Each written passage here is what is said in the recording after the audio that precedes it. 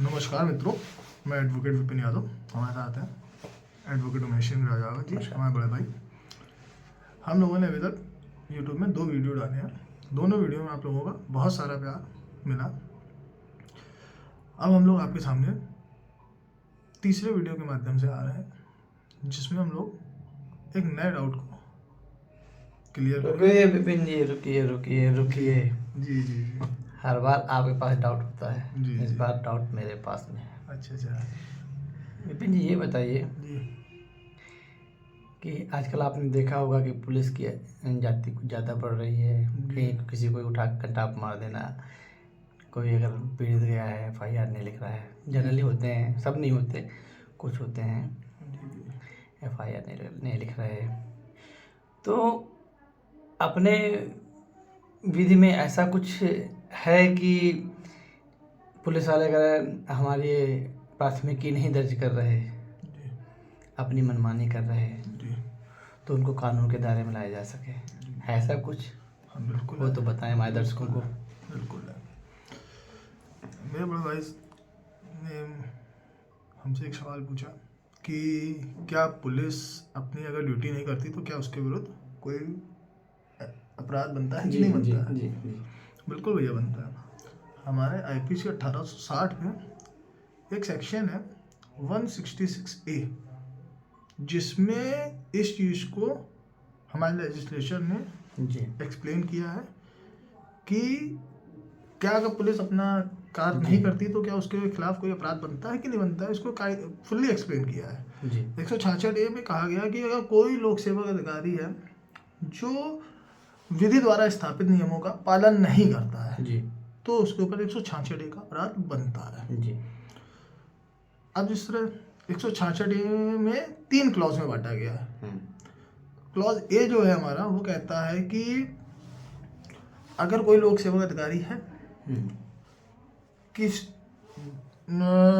दौरान अन्वेषण अगर किसी भी व्यक्ति की अटेंडेंस को लेकर विधि विरुद्ध स्थापित नियमों का पालन नहीं करता है तो उसके विरुद्ध 166 सब क्लॉज ए का अपराध बनता है। जैसे कि मान लीजिए कोई अपराध घटा, उसकी FIR लॉज हुई। FIR लॉज होने के बाद कि जैसे स्टेटमेंट रिकॉर्ड किए जाते हैं, चाहे वो हमारा पीड़ित हो, चाहे विटनेस हो, चाहे एक्यूज्ड हो, सबकी बात को हमारे विवेचना में लिया जाता है। तो उसमें क्या है कि अगर जो हमारे CRPC में प्रोविज़न दिया है उसके अलावा अगर किसी प्रोविज़न को वो यूज़ करके या उससे हट के अगर कोई अन्वेषण की प्रक्रिया स्टेटमेंट रिकॉर्ड या विटनेस को एग्जामिन करने के लिए करता है तो वो 166A का अपराध करता है। जैसे कि हमारे 166A में ही सब क्लॉज 1 में है, वो लिंक होता है जाके CRPC के 160 से। 160 में कहा गया है कि हाउ टू एग्जामिन या how to take record of the witness या एक्यूज्ड कह लें या हम उसको पीड़ित कह लें। जिस तरह उसमें दिया गया कि अगर आपको किसी का स्टेटमेंट रिकॉर्ड करना है तो उसको एक समनिंग करेंगे, आप उसको बताएंगे आपको इस समय इस स्थान पे आना है और अपना स्टेटमेंट रिकॉर्ड कराना है। जी इसी में हमारे एक प्रोवाइड में किया गया है कि 15 साल से नीचे का बालक, 16 साल से नीचे की महिला, 65 वर्ष से ऊपर के पुरुष या महिला, जिनको कह सकते हैं कि सीनियर सिटीजन या वृद्ध, इनको आप थाने नहीं बुलाएंगे। इनके या तो रेजिडेंस प्लेस पे या ये जहाँ कंफर्ट फील करें, किसी रिश्तेदार के यहाँ या कहीं पे भी, वहाँ पे जाके जो हमारा अन्वेषण अधिकारी होगा वो उसका स्टेटमेंट रिकॉर्ड करेगा। मगर इसमें ये चीज़ है कि ये दोनों चीज़ें जो हैं वो विटनेस के लिए आप और विटनेस प्लस जो पीड़ित है उसके लिए ही एप्लीकेबल है। तो अगर जिसने उसमें जो प्रोविज़न दिया, अगर उसके प्रोविज़न के अनुसार वो उनके स्टेटमेंट नहीं रिकॉर्ड करता, उसके अदर देन कोई वे अपनाता है उनके स्टेटमेंट रिकॉर्ड करने के लिए, तो वो अपराध कारित करता है। जी। इसके अलावा हमारे लेजिस्लेशन ने एक चीज़ सोची कि अगर मान लीजिए वो स्टेटमेंट रिकॉर्ड नहीं कर पाता है या करने में असमर्थ है और वो विवेचना या अन्वेषण जो हो रहा है वो बहुत ही इम्पोर्टेंट, उसमें डिले नहीं की जा सकती है। और मान लीजिए उसको कोई ऐसी बीमारी हो गई या कुछ चोट लग गई या मोच आ गई, एक्सीडेंट हो गया कि वो हफ्ते भर 15 दिन चलने फिरने में असमर्थ हो गया, तो उसके लिए हमारे 160 सब क्लॉज 2 में प्रोविज़न है कि वो आईओ जो भी विटनेस को एग्जामिन करेगा उसको अफोर्डेबल कह लिया एक सेफ्टी के साथ अपनी प्लेस से बुला के स्टेटमेंट रिकॉर्ड करके उसको कन्वीनियंट स्टेज पे, हाँ करके उसको रिलीव कर सकता है। कन्वीनियंट स्टेज पे, कन्वीनियंट स्टेज कह ले या जिस तरह उसमें दिया गया या तो वो उसको बुलाने का उसको पूरा एक्सपेंस दे और उसकी सेफ्टी का ध्यान रखें, या अपनी किसी पर्सनल व्हीकल या पब्लिक व्हीकल या उसका जो कह सकते हैं कि जो पुलिस वालों के पास अपने व्हीकल होते हैं उससे भी उनको पार्टी को बुला के स्टेटमेंट रिकॉर्ड करके उनको वापस उनकी सेफ प्लेस पर छोड़ने का प्रोविज़न है। जी। तो अगर वो इसके अलावा कोई और तरीका अपनाएगा तो वो 166 के अंतर्गत अपराध करेगा।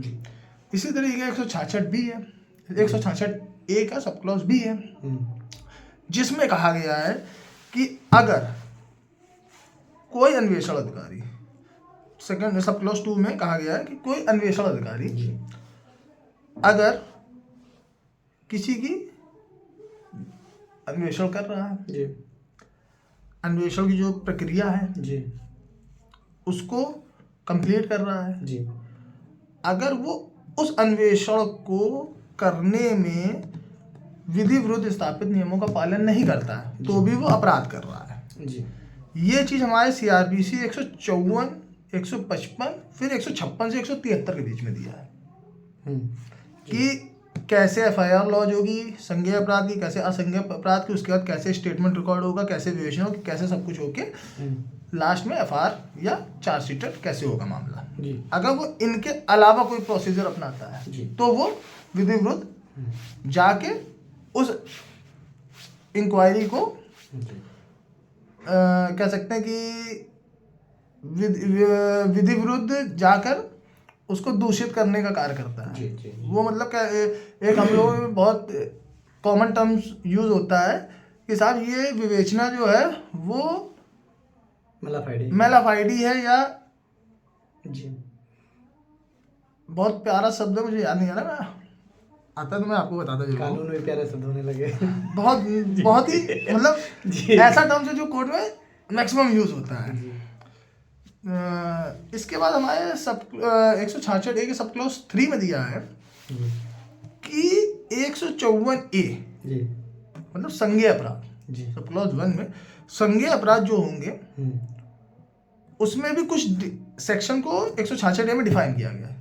370, 370 A, 354, 354 B, 326 A, 326 B, 376 A B C D E. इनमें कहा गया है कि जैसे ही जो भी स्टेशन अफसर होगा उसके संज्ञान में जैसे ही बात आएगी, जैसे ही उसके पास कंप्लेंट पहुंचेगी तुरंत FIR लिखेगा। अगर वो ऐसा नहीं करता है, उस चीज़ में डिले करता है या नहीं लिखता है तो भी वो 166 ए के सब क्लॉज 3 के अंतर्गत अपराध करता है, जिसमें अगर वो इन तीनों में किसी प्रकार का इनको इन्वेस्टिगेशन करने में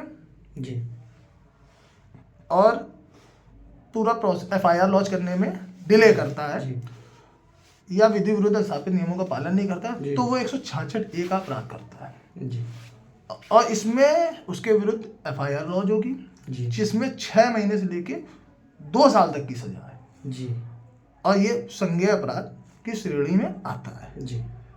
एक इसमें बहुत अच्छा टर्म यूज हुआ शुरुआत में, लोक सेवक। अब लोक सेवक की जगह यहाँ पे ये भी हो सकता था पुलिस अधिकारी होना चाहिए था। बिल्कुल सही बात है। लोक सेवक अधिकारी और पुलिस अधिकारी में एक फर्क है। जैसे आपकी FIR है वो तो पुलिस लॉन्च करेगी, मगर जो अन्वेषण है वो जरूरी नहीं पुलिस करे, मैक्सिमम केस में पुलिस करती है, मगर इसके अलावा हमारे पास इन्वेस्टिगेशन एजेंसी और भी हैं जी जो इन्वेस्टिगेशन करती हैं, और बहुत से मामलों में होता है इन्वेस्टिगेशन। तो वहाँ पे वो लोक सेवक अधिकारी शब्द यूज़ करने का रीज़न ये था कि पुलिस के अलावा भी जो इन्वेस्टिगेशन ऑफिसर हैं, एजेंसीज हैं, वो भी इसका पार्ट है। और आप 166 का फर्स्ट और सेकंड पढ़ेंगे, वो इन्वेस्टिगेशन एजेंसी के बारे में बात करता है। जी जी जी जी। और जो थर्ड पार्ट इसका है वो केवल पुलिस के विषय में बात करता है। तो इस तरह अगर पुलिस विधि विभाग आपका कार्य नहीं करती है, जो उसको कार्य करने के लिए बैठाला गया है एक पद पे, अगर वो नहीं करती तो उसके आपके 166A का अपराध करती है, 166A का अपराध करती है। अब मित्रों, आपने देखा कि हमारे विपिन जी ने कितनी सफाई से और एकदम ट्रांसपेरेंटली ये जो चीज़ है कि पुलिस को कैसे कानून के घेरे में लाया जा सके अगर वो अपने निहित कर्तव्यों का पालन नहीं करती। विधि द्वारा स्थापित जो प्रक्रिया है उसमें जो उनको दिए गए कर्तव्य हैं उनका पालन नहीं करती, तो पुलिस भी अपराध करती है, उसको भी प्रोसिक्यूट किया जा सकता है। क्रैक्स विपिन जी ने इतना बढ़िया बताया है कि जो पब्लिक सर्वेंट है चाहता तो लेजिस्लेचर चाहता तो पुलिस यूज़ कर लेती, लेकिन देखिए लेजिस्लेचर के दिमाग का कमाल देखिए कि 166A के जो पहला और दूसरा खंड है उसमें उसने पब्लिक सर्वेंट यूज़ किया है, लोक सेवक यूज़ किया है, लेकिन अब उसके जो तीसरा पार्ट है उसमें 154 लगा के उसने, चूँकि 154 के अंतर्गत पुलिस थाने का भार साधक अधिकारी जो पुलिस अधिकारी होता है वो ही 154 के अंतर्गत FIR लॉन्च कर सकता है। तो ये देखिए कि एक उसमें पुलिस को शामिल किया और इसमें जितनी इन्वेस्टिगेशन एजेंसी हैं जो कि नहीं आ रही थी क्योंकि वो पुलिस से अलग होती हैं, उसमें शामिल किया। ये आपको YouTube में आप 100 वीडियो देखें, जनरली आपको नहीं बताएगा, आप उनको रफली बताएंगे और इतना डीप नहीं बताते, तभी वो ज़्यादा 5 मिनट 10 मिनट के वीडियो बनाते हैं। हमारा वीडियो देखिए लगभग मैं 15-20 मिनट का 15 मिनट का हो जाएगा आराम से, क्योंकि इतना डिटेलिंग विपिन जी ने बताई है इतनी मतलब तरीके से कि अगर आप इस वीडियो केवल सुन लेंगे तो आप 166A का यूज़ करने में आप कहीं भी कंफ्यूज नहीं होंगे। आप हमारे वीडियो को लाइक कीजिए, सब्सक्राइब कीजिए और बेल आइकन दबाइए ताकि विपिन जी और हम जो भी डिस्कशन करें वो आप पास सबसे पहले पहुँचे। धन्यवाद।